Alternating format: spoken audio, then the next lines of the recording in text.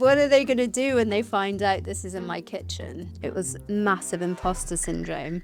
I would dress up in a boiler suit. I don't know why I did this, but I would dress up to deliver it to pretend I was a delivery person because I didn't want the staff to recognise me as the person that trained them.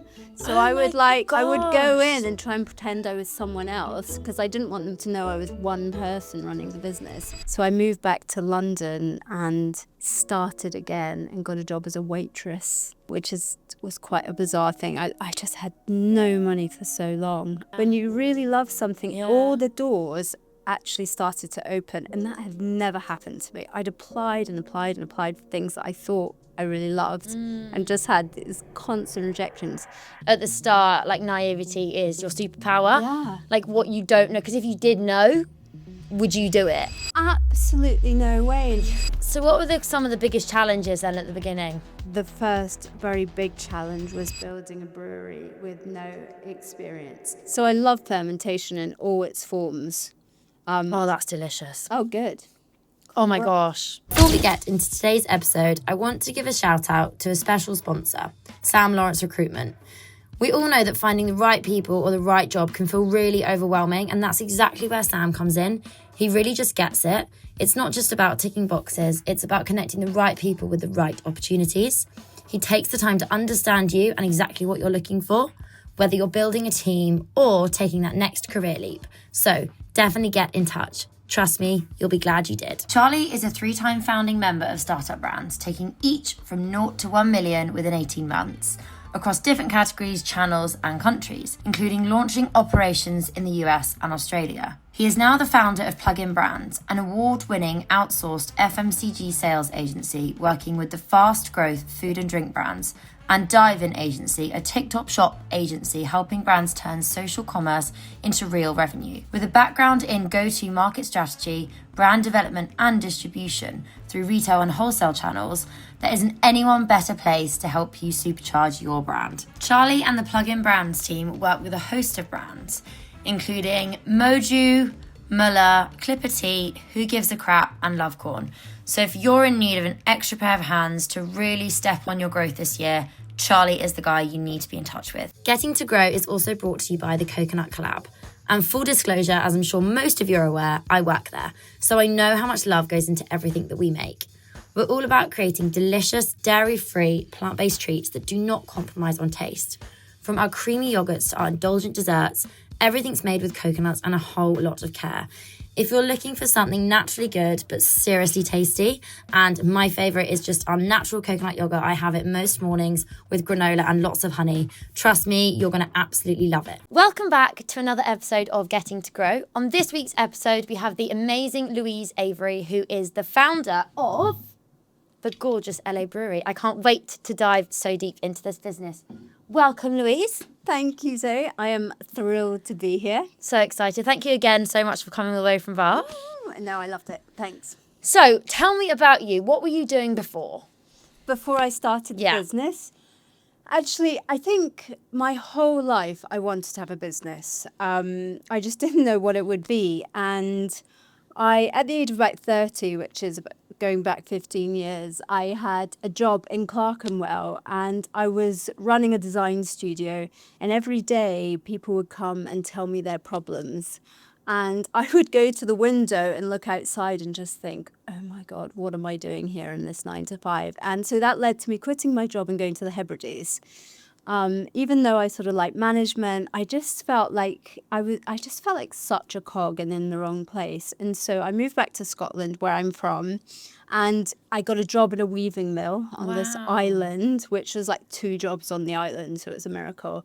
And in that time, I was there for 2 years, and I just started going back to my roots a bit. Like, my mum was a painter and a forager, and she brought me up as a single mother, and we would comb the beaches for things to eat, etc. And when I was there, I started learning about fermentation and baking and all of these things. And I also started, well, I didn't start drinking, I was already drinking. But I kind of thought, shit, I'm drinking a lot every day. And I started learning about kombucha. And at the time, my boyfriend actually was American, and he took me to Vermont It's a long-winded way of saying I tried kombucha in Vermont for the first time and I absolutely fell in love with the taste profile. So I came back to Mull, where I was living, and I started experimenting with the drinks. And what I noticed was if I had these fermented drinks at around 6 p.m., it totally took away my desire for alcohol. And I do like the odd glass of wine, but what I find now, especially as I get a bit older, is I just can't process it in the same way. And so when I was sort of playing around with these drinks, I started seeding this idea, and I worked out if I used really delicate white teas, I could create something closer to a champagne, and if I wanted like a cider-like drink, I could play with black teas or the Assams and the Darjeelings, and if I wanted something that was more like a beer, I could sort of use a green tea and introduce hops. And so from that, this whole idea sort of seeded a business, and it was more like just a dream in my heart.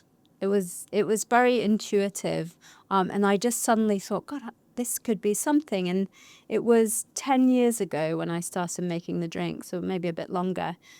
And at the same time, there was a lot of scientific evidence coming in about the relationship between gut health and the brain. And so it was kind of like, gut health was this huge trend that was coming in. People were drinking less, and everything sort of came together. And also the understanding between ultra-processed foods and our health. And so I kind of thought, there's something here. And so I moved back to London and started again and got a job as a waitress, which was quite a bizarre thing. I just had no money for so long. And I started selling my drinks in the restaurant I was working in. And it sort of went from there, in the way that when you're doing something that you'll note this, when you really love something, all the doors actually started to open. And that had never happened to me. I'd applied and applied and applied for things that I thought I really loved and just had these constant rejections. And then when I started doing this, these restaurants approached me, a publisher approached me to write a book, and it just sort of went from there. And that was how I came up with it and how I fell in love with it.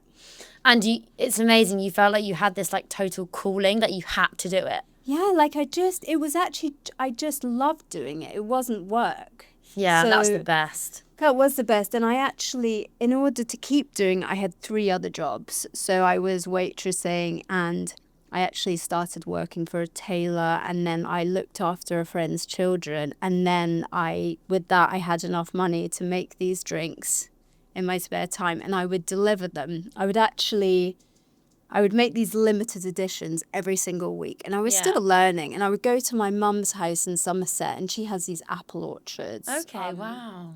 Actually, lots of fruit orchards. And I would go there and pick up the seasonal fruit and elderflowers in the summer, or the hops in the hedgerow, and I would bring them back and then make these just sort of really creative drinks on a weekly basis and see what worked. I'd see what would become more lively. So some drinks would almost become explosive, and some were just so successful and people requested them again and again. So it was this is how I did my market research. I just started selling with absolutely no idea what I was doing, but I kind of, in that space of time, I just learnt a huge amount, and I would deliver them on my bicycle to people's houses around Hackney and Islington. So I had friends. And then the first major restaurant that approached me was Hakkasan. And I was like, oh my God. Oh my God. What are they going to do when they find out this is in my kitchen? I was mortified by the fact that I felt like it was massive imposter syndrome. And then I had a very old car. I would dress up in a boiler suit. I don't know why I did this, but I would dress up to deliver it, to pretend I was a delivery person, because I didn't want the staff to recognize me as the person that trained them. So I would go in and try and pretend I was someone else, because I didn't want them to know I was one person running the business, and kind of leave the drinks, and they'd say, take them to the bar. And I was like, no, I can't. Because I thought if the bar manager knows how small I am, he's going to delist me. Anyway, so it's very embarrassing. But that's such an interesting. Yeah, but it's not embarrassing, but it's like that is. You're right in the sense of in the early days how everybody wants to be perceived as so much bigger. Yeah. And actually, I think Hakkasan would have loved that it was just you. Yeah, I don't know if they would have I mean, I actually then moved it out of my house. I got a loan from Virgin, but I don't know if they needed to know as much. Yeah, okay, fine. How raw the whole process was. But they did a whole market sweep and they selected me with one other brand, and I actually just couldn't believe it. How did you keep up with that demand in the start if you were doing it from your kitchen? I mean, it wasn't, I had 3 customers and they were one of them. And I just sort of, I worked all the time. I worked in the evenings and the weekends, and I would produce as many. I could probably produce about 400 bottles, Wow. in a couple of weeks. And so I would do all that and it would all go out the door. And then I just restricted the flow until. Yeah. So that was really fun and very scary. And I think that kind of fear of people finding out lasted 3 or 4 years, even into having investment, into meeting my business partners, all of that stuff. You're like, when are they going to realize that she's just some kid who's rocks up from the boonies in Scotland with this idea? Anyway, that sort of never happened. And then I went and I realized, that's actually strength, but it took me a really long time. And now when I meet people and they're in that sort of beautiful phase at the beginning and they're so creative and they don't know what they don't know, it's it's so energizing because they don't have all the commercial restrictions. No one's told them about trading standards. Yeah. All that really dull stuff that sort of blunts your creativity. So yeah, I'm very into that. Your beginning where you've got this dream and you haven't sort of been beaten down by having a business. Yeah. Well, funny enough, a lot of the people I have on the podcast say very similar things in the sense that at the start, naivety is your superpower. Yeah. What you don't know, because if you did know, would you do it? Absolutely no way. And you're sort of driven by this kind of hunger and excitement. And when I'm obviously skipping ahead now, but when I met my business partners, investors, they had started Green and Black's chocolate and New Covent Garden soup, and they had Corsten Press, and they were so experienced. What was that gentleman's name? John Stapleton. Was he the guy that he's the Covent soup? Oh, William Kendall. Oh, okay. I think you know another gentleman then. Well, another gentleman. There's lots of gentlemen. I know there are. So when they said, well, how are we going to grow? And I said, well, let's build a brewery in Suffolk. And I was like, I know what to do. And I was like, I literally don't know what to do. And we did it. And we found this 2,000 square foot space on an airfield. And it just sort of had to wing it because I had no idea what I was doing. And there was no information. Beer breweries have all this information and they share it. And there's a lot of sort of beautiful synergy and co-working amongst producers that just didn't exist. And no one really knew at that time what a kombucha fermentation was. So it's like, I'd made it at home and I was like, what do we do? So we just made it up. We just built a room, we kept it at temperature, and then we just started trying to scale this drink, which was monumentally difficult. But what was interesting is it sort of worked. And we had sort of 8 really complicated years of just trying to learn about bacteria and yeast and how they would behave, which is badly. They behave very badly. Oh, really? But it was a lot of beauty in that. These wild fermentations can create the most incredible flavors. Okay. And they're a whole creative journey in themselves. So anyway. So what were some of the biggest challenges then at the beginning? Well, that was the first very big challenge, was building a brewery with no experience. And my partners, credit to them, just helped introduce me to brewers and scientists and anyone who could help us figure out this sort of conundrum of how to. It's not so if somebody's making, I don't know, just a tea-based soft drink or a soft drink, they can make 1 litre or they can make 10,000 litres, same amount of time if you're a big producer. For us, we have to scale it and it's not going to rush because if you suddenly put your culture in a big tank, it will die. So we always had to keep it alive. So we could only go so far. So that was the biggest challenge, to make sure that we could retain the quality whilst growing. And then having to introduce people to a new drink that they didn't really understand. They're like, what do you mean it's live? Yeah, I was going to say, now obviously it's a very saturated market. Yeah. There's so many kombuchas out there, and now there's like fibre drinks that have kind of come on the market. And I'm thinking, actually, all right, when kombucha was really in its infancy, it must have been a really difficult sell, because like fermented food doesn't taste like normal food. It tastes incredibly different. It has that sour, kind of taste that people might go, oh, I'm not sure. Yeah. So how was that whole education process in the early days? It was really tricky. You're absolutely right. When you use the word fermented, people would sort of shrivel up. It's a bit like vegan. It still has a connotation. It's very harsh. Well, it would just meant off. That's what it meant to people. Oh, it's off. My orange juice is fermented in the fridge. It's gone fizzy. And to try and help people see around that. And obviously it doesn't always, it would sometimes smell differently, like smell a bit vinegary and all that. And then to say, do you know what, but that's really good for you, was, I'm going to have one right now. Yeah, it was monumentally challenging. So that was, but then it did. And then people started to understand it. And my first customers actually had usually traveled to America. So they already had a sense of what it was. And it has grown, but it took a while. Yeah. And now actually, as you say, it's saturated. And rather than kombucha itself, I'm much more interested in it as an ingredient and as a process. So I love fermentation in all its forms. Oh, that's delicious. Oh, good. Oh my gosh. Correct answer. Do you know what? That's really different to a lot of the ones I've had. Yeah, so we've sort of evolved it a bit and redesigned it to, so it's really clean, it's really crisp. We've redesigned it to be like a non-alcoholic wine proxy, because that's the area I always thought I just want to have a non-alcoholic champagne brand, or a champagne brand that happens to be non-alcoholic. And the thing that excites me about alcohol and non-alcoholic drinks is that they really play with the palate. So unconsciously, every time we drink or eat something, we have these taste receptors that are triggered. So we have sweet receptors and sour receptors and umami receptors, and we can detect, how much viscosity a drink has, how long it sits on the tongue. We've also got bitter receptors. And so when I think about drinks, I'm always thinking, well, which of these receptors are going to be triggered to give someone satisfaction? So when you take a sip of that, what's happening is your tongue's going, and your mouth is going, oh, it's sour, it's sweet, it's a little bit dry and there's a tiny bit of bitterness, and it's just sitting in my mouth and slightly coating it, and it's still there, and then it's like, but that tart slight sweetness is actually making me want to go back. There's a lot going on. And that's happening every time you eat something. So this unconscious journey happens. And I thought, we have such potential here.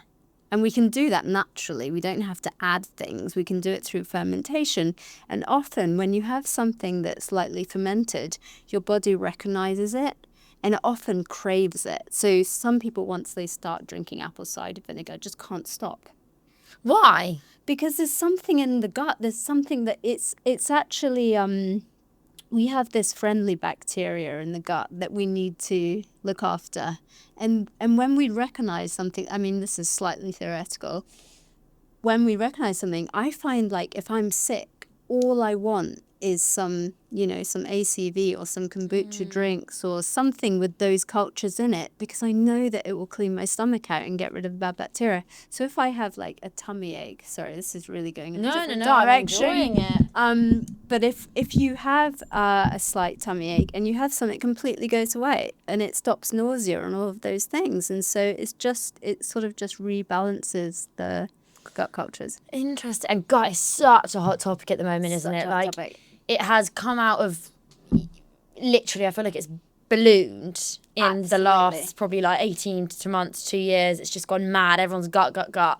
And obviously you've had Zoe, haven't you, as in, Tim Spector, and that he's really brought a lot of light to kind of the gut and eating the fermented food. So have you seen since? So you were early. You saw the trend before. I was probably a bit too early. Do you think? Yeah, I know it was good, but it was definitely harder then than it is now to explain it. But I think I was slightly ahead of my time. But yeah, going back to your point, it is absolutely massive now, and also we're discovering so many connections to illnesses that are now more prevalent than they were sort of 50 years ago and 100 years ago, and there are reasons for that. When our diet has completely changed with ultra processed foods and especially gut health, and so I often do talks and courses around fermented foods and just teaching people how to create biodiversity and how easy it is once you know. So I'm always saying, you can have a glass of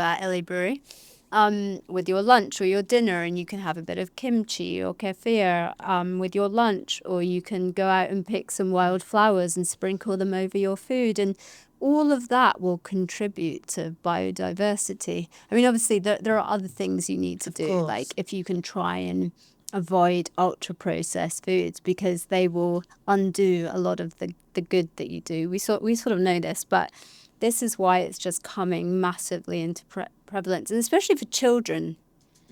Children that their gut is so important. They're building up their immunity for life. So if you can get them to drink drinks like these, and they're actually, if they haven't been preconditioned, they normally just love them. It's the preconditioning, isn't it? It's giving a child sweet before, something that is more bland but healthier for you. That's what really affects them. And we find kids sort of go like, some of them just absolutely love it and no questions asked. They don't know anything. So you should bring out a little kind of like I should. A kiddie one. Because actually, in saying that, like, when you go to, not that I hang out at the zoo that often, but when you go to the zoo, and not that I go to Centre Parks and Butlins, but I'm assuming it's like a fruit shoot. Yeah, I know about my like cash. I don't go to Butlins. I actually don't. I've never been in my life, but I'm assuming it's like dominated by fruit shoot, Capri Sun, maybe a flavoured water, like nothing that's actually probably good for the child.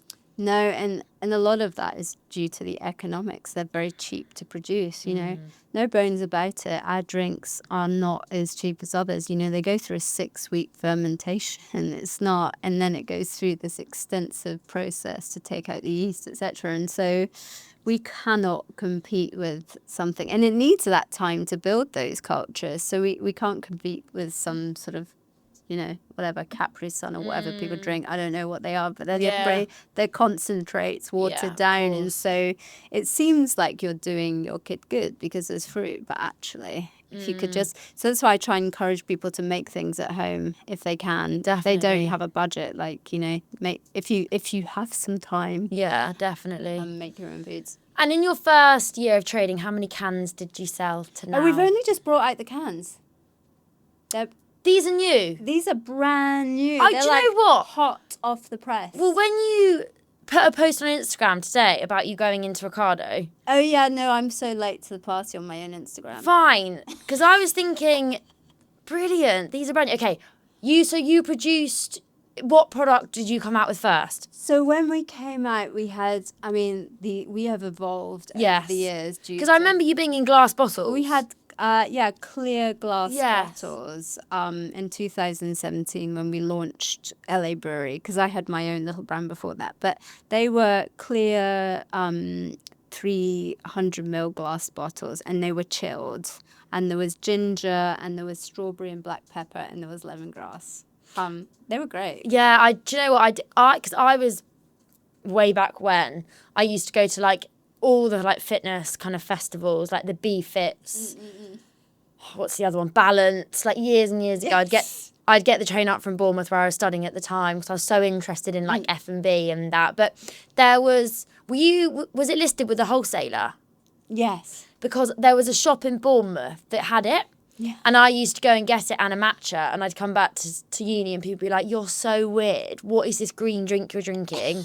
And why are you drinking a fizzy fermented drink? And I'd be like, I just knew. Future. I know. And look at matcha all these trends now, gut fermentation, kind of, it's everywhere. It is everywhere. So I remember, I remember the glass bottles. I did think that I hadn't seen these before. No, they're literally brand new. So they came out a few weeks ago. They are delicious. But I love them. It took me ages to go into cans because I really love glass, but actually glass has been taken over environmentally by cans. Like we still use the champagne bottles for the large serves, but we were under pressure to move to cans for we know this, they're much easier to recycle and they're much lighter. So we did do that, and there's going to be a glass tax coming in next year, which will make glass bottles much more expensive, and so we didn't really want to pass that on to the consumer. But the reason I'm excited about them is we've worked with a wonderful designer, and I just think they're beautiful. They are beautiful. I'm really pleased with how because not all cans are beautiful. No, they look incredibly premium. Thanks. Like you would want to have that at dinner. Oh yeah, thanks. Yeah. They are gorgeous. They're so lovely. Thank you. And you mentioned at the start about kind of the self-doubt and the kind of trying to be basically smaller than you were. How did you overcome that then to eventually the point where you're like, now, no, I am worthy of all this amazing success I've had? That is like, that takes a lifetime, I'd say. And I'm still working on it in many ways. I think we change, we have to change. And so for ages, I think when I first started the business, I kind of just wanted to be in a cupboard. I just, every day, especially when you're raising money and you're sort of speaking to these people who, in my case, it was older sort of male investors. Generally it is. As the world is. 2% of VC funding goes to women. That's it. Exactly. And so I would be faced with a room full of these much more older, more experienced men. And I just had to sort of learn to make myself larger and just show that I really meant business so that they would be willing to invest in me.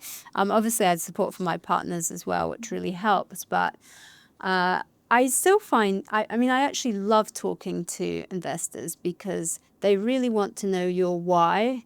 And if they're experienced, they will know that you're probably going to fail a lot because that's just the nature of business. And I find that amazing. But I haven't really gotten over it. Like I get really nervous when I'm talking to the press or if I'm going on stage and giving a talk. Like as soon as I'm up there, it's glorious. But beforehand, I always just think, how am I going to give value? How can I give everyone more than what they expect, or how can I leave them feeling just, I don't know, some level of inspiration so they go away. And so I don't think that goes away. And actually, the minute I do feel confident, it's usually a total flop. So I would You need the little nerves. You do need nerves. And I think actually that's another superpower. When you're like nervous about doing a good job or not feeling like, I think you often, or I personally go that extra mile to try and like give something more or give myself so that people, I don't know, get something. So yeah. And in terms of business, if I'm talking about story or creativity or all of those things, that comes very naturally when, luckily I have a wonderful managing director who sort of does, runs all the spreadsheets, and she's brilliant at that. But it's hard to be everything. Yeah, it's impossible. You always have to hire better than you because you can't be everywhere and you can't do everything. It's impossible. It is impossible. And also there's no point hiring. You have to hire better than you because you need to learn too. Exactly. You have to take from other people's experience. But the great thing is you do learn. Yeah. And so I do encourage people to always be uncomfortable. I mean, there's no other way really when you have a business. You're always deeply uncomfortable.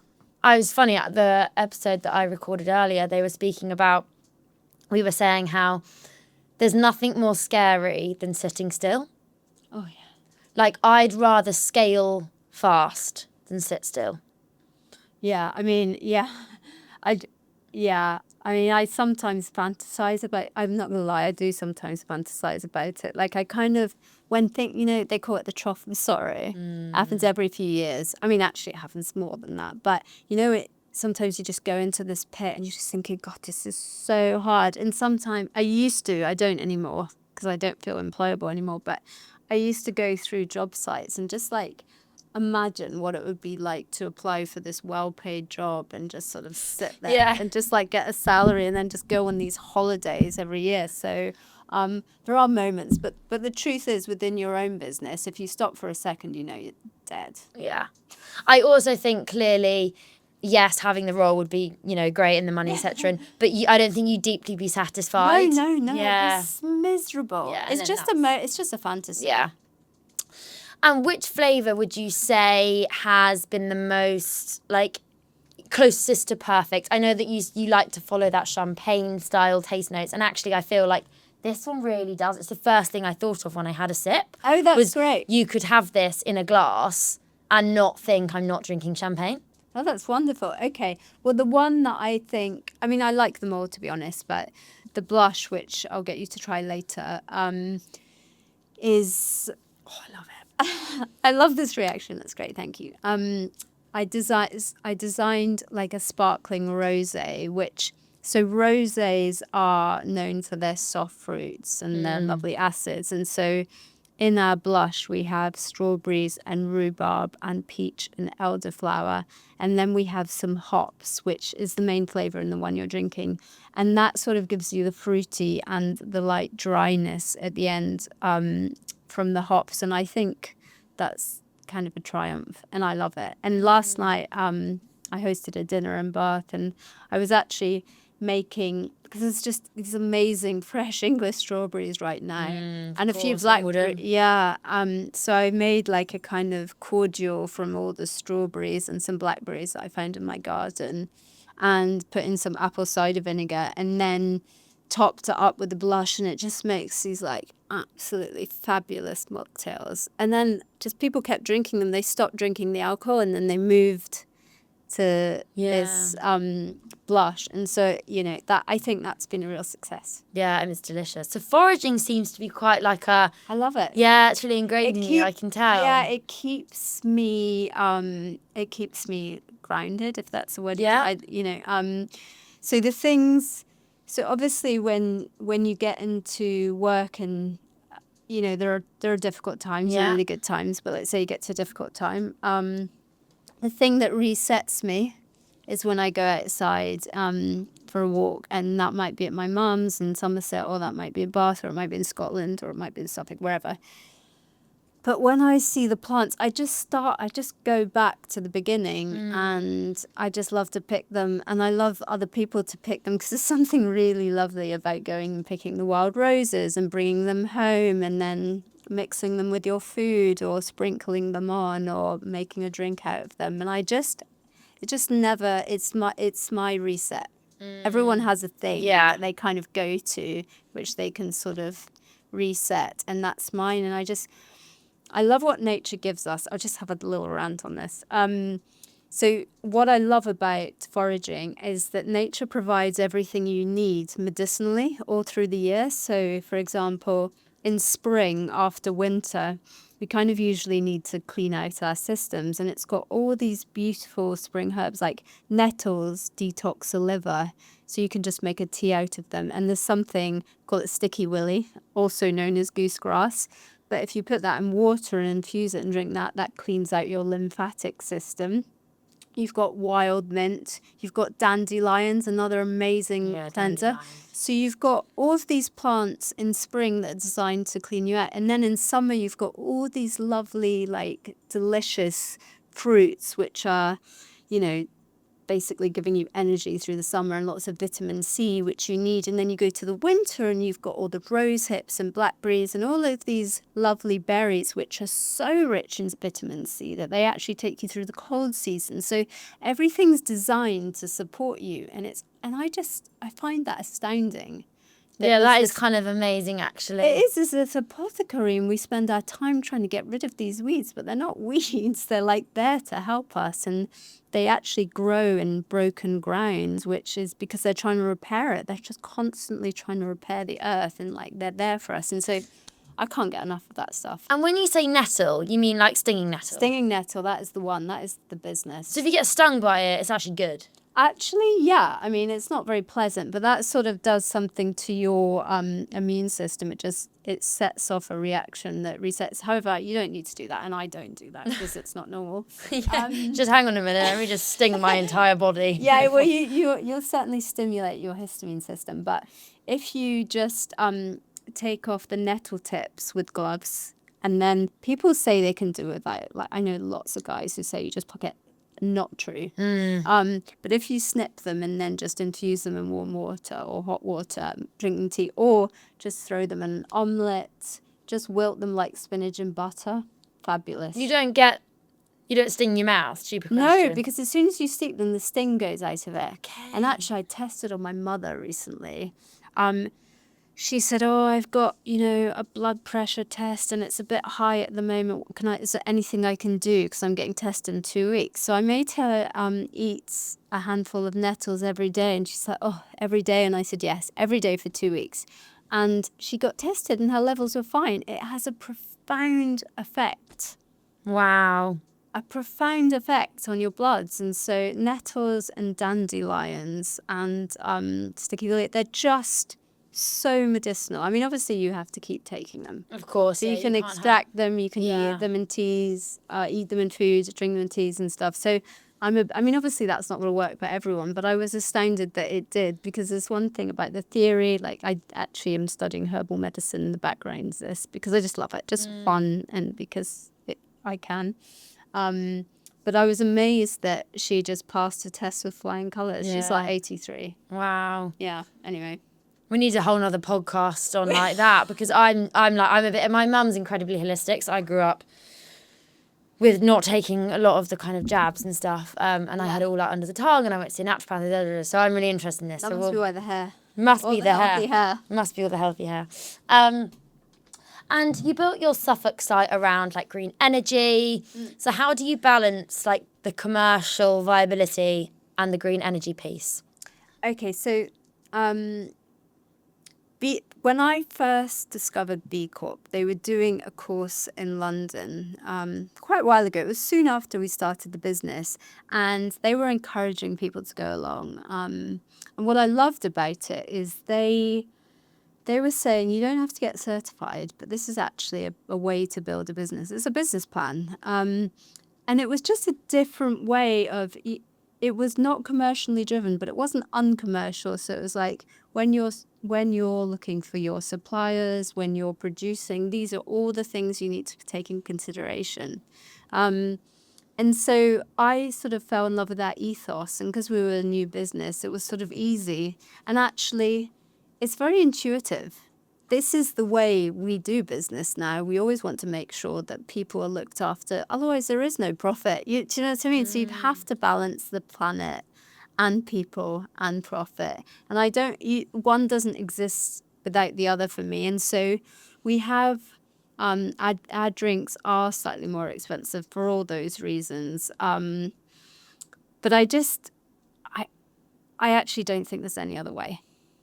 So I think that's straightforward. I think it's much harder for big corporations when they have fixed processes, tiny margins. They have to sweep through their entire list of suppliers, and that's very difficult for them. But for me, when you're tiny, it's fine. So we built it upwards for that, and it's the only way. And also you got so much more control than those big businesses. Yeah, exactly. So they have policies in place they have no idea about. Yeah, literally. Yeah, and so we have a supportive investor base who also understand the needs. Like, I couldn't honestly say that being B Corp has transformed sales in that the world is, like, I don't actually know consumers who really know what it is. I know businesses know what B Corp is, but if I ask most people on the street, they still... No, they wouldn't know.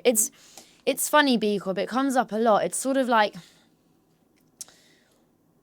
tick boxy for businesses, but at the same time, if you don't have it, it does limit you in certain aspects of growing. So it's a really tricky one. Like, I know businesses that are really quite big that aren't B Corp but still do their bit. But B Corp is a big process. Yeah. You know, you became fully B Corp in 22? Yeah, Yeah. exactly. So it took us a year or so. Yeah. Not because of our business, but just because they had so many applications and it was going through COVID. Yeah. But I have to say it was easier for us because we were in control of our purchasing chain and we knew all of our suppliers and it was all local and we're a British business. Those things obviously really, really help. Yeah. And how has like fundraising been for you and like learning to fundraise in, as you said, a male dominated industry, and what things have you learned along the way that you sort of maybe wish you had learned before?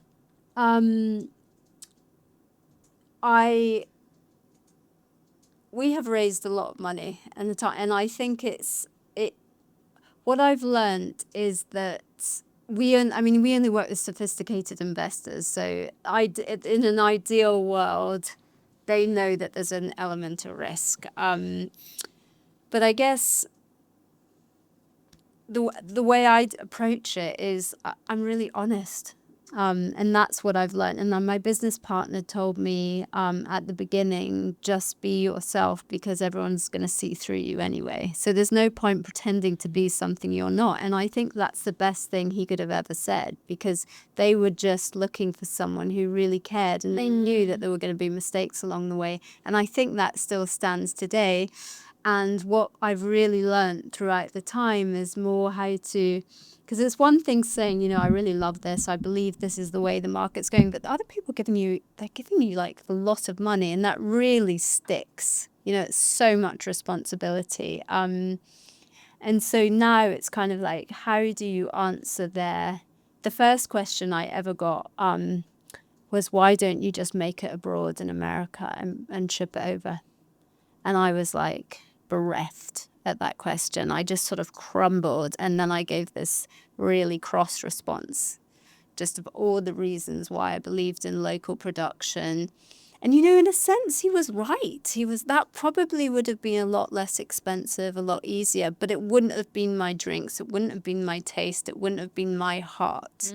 But now what I've understood is everyone has a really good point. When they're asking you questions, they're asking you for a reason. And so I've sort of learned to understand. And even if it feels personal, it's not. It's about their money and they need to understand their investment is safe. So I think that's, I've had to mature a lot and not take things personally. And when, you know, they're asking pressing questions about me or my personal plans or how the business is going to grow and is this a realistic number? Because the truth is, when you're investing, you normally put a number. When you're fundraising, you put a number in, which is it can be way higher than you're going to do, and then you're going to have to talk to them at the end of that period and say why you didn't make that number. So you've got to be really aware of that, because there's going to be questions. And so just being more grown up about it and understanding that if you fail, you have that responsibility to explain why. And that's the same if you win. Everything's great when sales are going brilliantly, but when you get COVID, when you get all these other challenges, the world is not an easy place to do business. No. Especially for a small business. It's kind of always against you, actually. It's like there's so many things as a small business that you don't have. Like you don't have, you know, the millions of capital that... You don't. Diageo and all these massive drinks brands do have. And you know that they can, if you're onto something good, they can also just do something similar. You know, and so it's like, how do you keep your originality and how do you explain to a buyer that yours is worth it? Because they don't care that much, you know. They just need to cover their own sales. They're not like, oh, she's very sweet, you know. Here. She's nice. Yeah, she's nice, but they do it. It looks pretty and it's half the cost. Why don't we just go with them? Our buyers don't know the difference, you know. So you're kind of defend your position of why something's better. And even if, in your opinion and 10 other people's opinion, yours tastes better, they'll be like, I know it tastes better, but I don't know if the general public think it tastes better. And so it's that kind of thing. That's pretty challenging in the world of... And you mentioned that your products are premium. Do you want to stay in that kind of premium bracket always, or do you think there is a spot for you in maybe, not cheaper supermarkets, but the ones that are slightly perceived as less? Oh yeah, God, absolutely. I would say premium, but not super premium. Yeah. So I'm trying to be hover around. There are sort of sparkling teas like ours, which are 25 to 35 pounds, and ours are sort of in the 10, 12 pound marker. So compared to them, we're not very premium. Compared to a bottle of Schlur or something, or like a kind of cheaper non-alcoholic wine that's £4, we're really premium. Yeah. So it's kind of like £12 though, I think is incredibly reasonable for a really good quality product. 25 quid, I'd struggle to spend that. I think so, but that's a real change in attitude. That's a shift, because originally when we talked to buyers in supermarkets, they said no one's going to spend over £4.99 for something that's not alcoholic. It's just not happening. And I kind of see their point. But in the last 3 years, that's completely changed. So it's interesting how quickly people are interested in investing in their own health and spending money on something that's good for them as well as non-alcoholic, and looking at it for the same amount of time that they would a wine bottle. So I find that there's some fascinating things going on in the non-alc world, where people are really practicing fermentation in different cultures to try and create new drinks, to make drinks that give certain benefits. And I think that's only going to increase. And so now it's not just, I have a non-alcoholic drink. It's like, which one? There's all these choices, and what, is there some terroir involved, and who's making it, and is it good for the planet, and is it good for me, and is it ultra processed, and are there sulfites? And so those are new conversations happening around this non-alc not drinking moment, which I'm here for. Yeah, it's massive as well, isn't it? It's really booming. I mean, wellness is just huge. Like, kids aren't drinking as much. Yeah. Universities are having to switch and look at what they offer in their student unions, because there just isn't the demand. Not just guzzling beer. Yeah. But older people also, so we always talk about young people, but also people over 50 are not drinking as much, and they were really boozing it up. But my mum, bless her, she will only drink a non-alcoholic drink at lunchtime. The evening is for wine. But there's huge amounts of them that have realised that it's just not working, and we're doing incredibly well in that. In that area. So it's almost like everyone is just taking a step back. Yeah, it's just moderating. And I like a glass of wine, but I also love moderating. I want it all, but I want it all to taste good. Yeah. Like, it's all going to be special. Like, why compromise in any moment of your life? Absolutely. And you spoke earlier about the consistency of, when you're producing 1 bottle to 2 million bottles. Mm-hmm. How do you ensure consistency of such a product that is live? Well, that's a good question. We've now recently started outsourcing, and which has been just brilliant for me, because I love having a factory. But now we really need to grow. We just didn't have enough capacity. And they are wonderful. And we're working with cultures which are all nice and stable. And so we still have the really good live cultures, but we don't have the ones that cause the volatility. So that's one aspect of it. And then we use a bit of filtration to take out the yeast. And that's essentially the way. We still keep a live product, but it's just selecting the right strains of the cultures, which can be stable. Because consistency is key. Yeah, consistency is everything. And over the years, we've got more and more and more and more consistent. But it is a journey. It's not just one day to the next. There's so much learning in fermentation. And people do keep it close to their chest, all the knowledge. And so we learned a huge amount, and now we've learned more. And what I'm really pleased with is now we have the live cultures, but to taste the same on day 1 as day 30 as day 60. It's I can't tell you how relaxing that is. To know that you have a consistently insane product that goes out there. Yeah, and just imagine you have it will last for like a year. I mean, it will change because it's fermented, and I think that's really beautiful. Like it will just very subtly shift, maybe dry out a bit, but that's all in line with wines. You know, wine fermentations do slightly shift in the bottle, and to be part of that is really cool for me. Absolutely. You should do like, maybe you do this, but like tours of your brewery. Oh. Because, like, I've been to so many, like, wine farms and, like, wine tours and beers and gins, but I don't know much about the kind of distillery and, not distillery, but the fermentation process of kombucha that much. Yeah. And I don't think any other kombucha brands are, like, offering that kind of intel. Yeah. Well, we will at some point. Like a behind the scenes. Behind the scenes. Or, like, courses. Like, I want to go brew my own now. Well, I think that it's funny. I remember when I wrote a book, for a long time ago. It was when I before LA Brewery launched, and it actually did an underground hit. Did quite well. Who knew? Wow. It's just all about kombucha.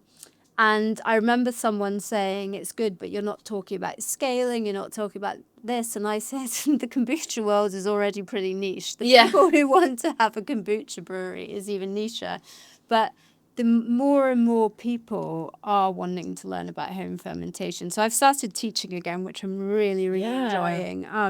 But I'm actually writing a second book now about kombucha fermentation, and other ferments and teas and shrubs, and how to incorporate foraging into that so that you can almost create an apothecary of homemade things and then just use bought drinks and just make it really, really exciting. So if you want to host a non-alcoholic dinner party, you can do that, or just always make sure that person is feeling special. But do what I do. I serve non-alc and wine at parties. Yes, you've got a bit of both. Choice is good, and I always find, a lot of my friends are mothers, and after 2 drinks, they're like, okay, what do you got now?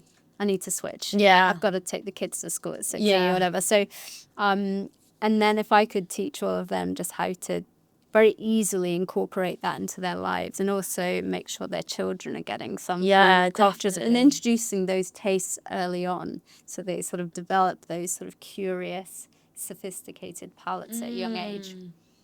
Well, I've just had my wedgie.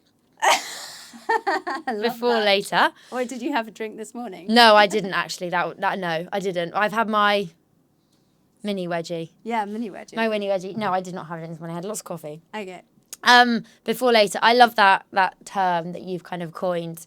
But with the kind of what more trends do you see coming out in the future when it comes to non-alc? And you're right. The kind of the moderation is really I see it in my friends and how people are doubling down. Is there anything else you see as like the next kind of trend that's maybe on the horizon? I think there are 2 aspects. This is a good question. The first one is a trend, or just you could say that it's just the way the market's moving. I truly believe that we'll become less black and white about drinking, and lower alcohol, sort of 2 and 3 and 4% drinks will increase. So at the moment it tends to be non-alcoholic, alcoholic. However, there are incredible drinks that are 2 or 3%, which taste amazing. You feel pretty relaxed, but your body processes them faster than it can absorb the alcohol. So you're actually not at any point becoming intoxicated.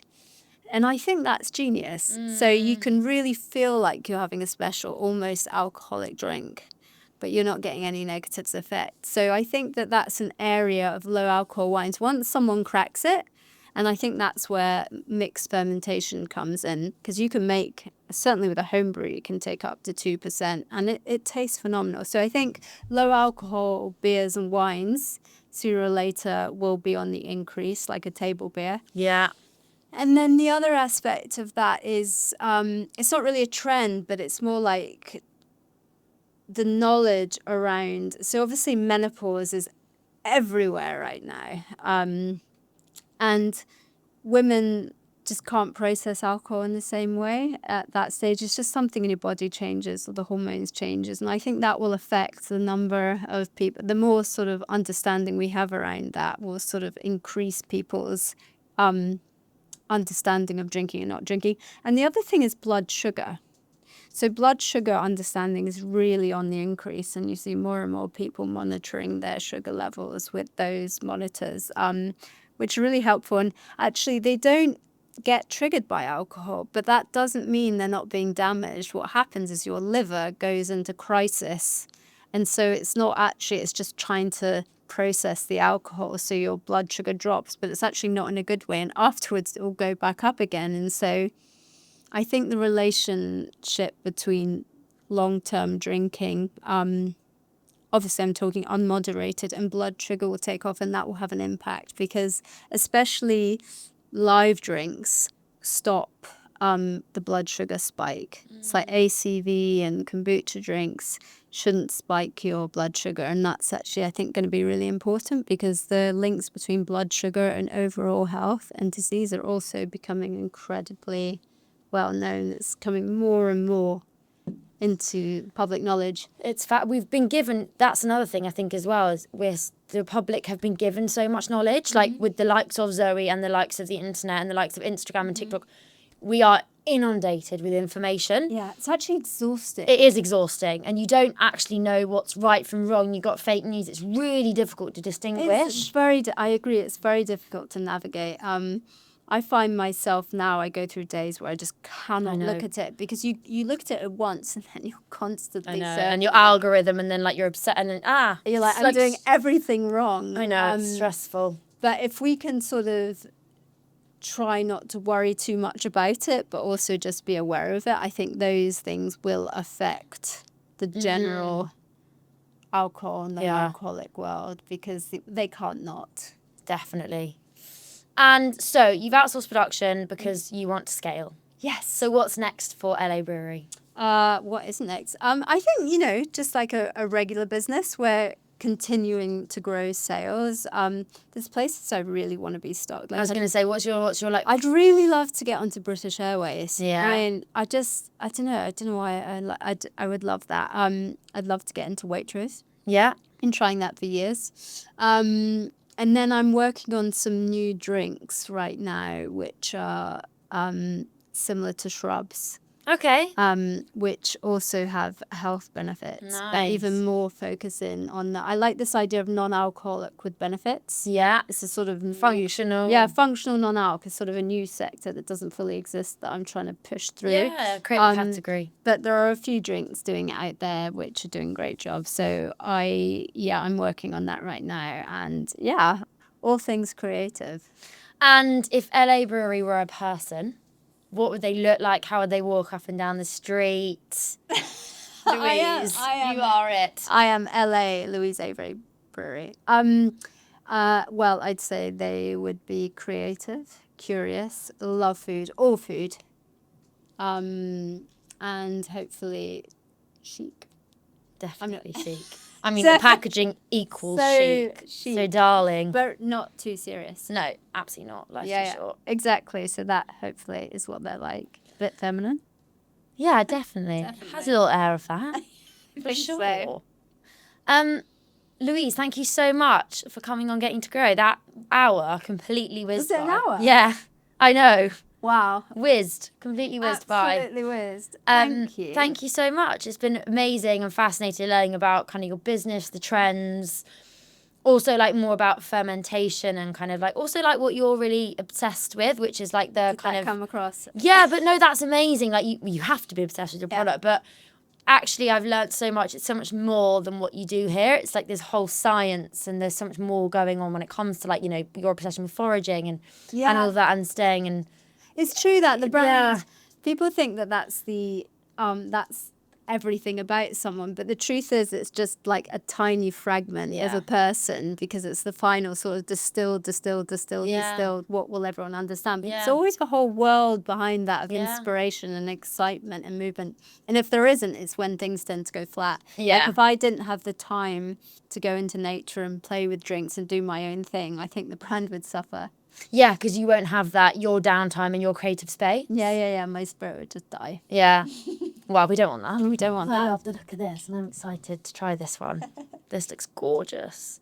Like, that is something I would take over to, like, a friend's for dinner? Like you feel pleased to bring this bottle? Yeah. Yeah. Well, that's what people do. They feel excited. Yeah, it's lovely. Thank you so much. Thank you, Zoe.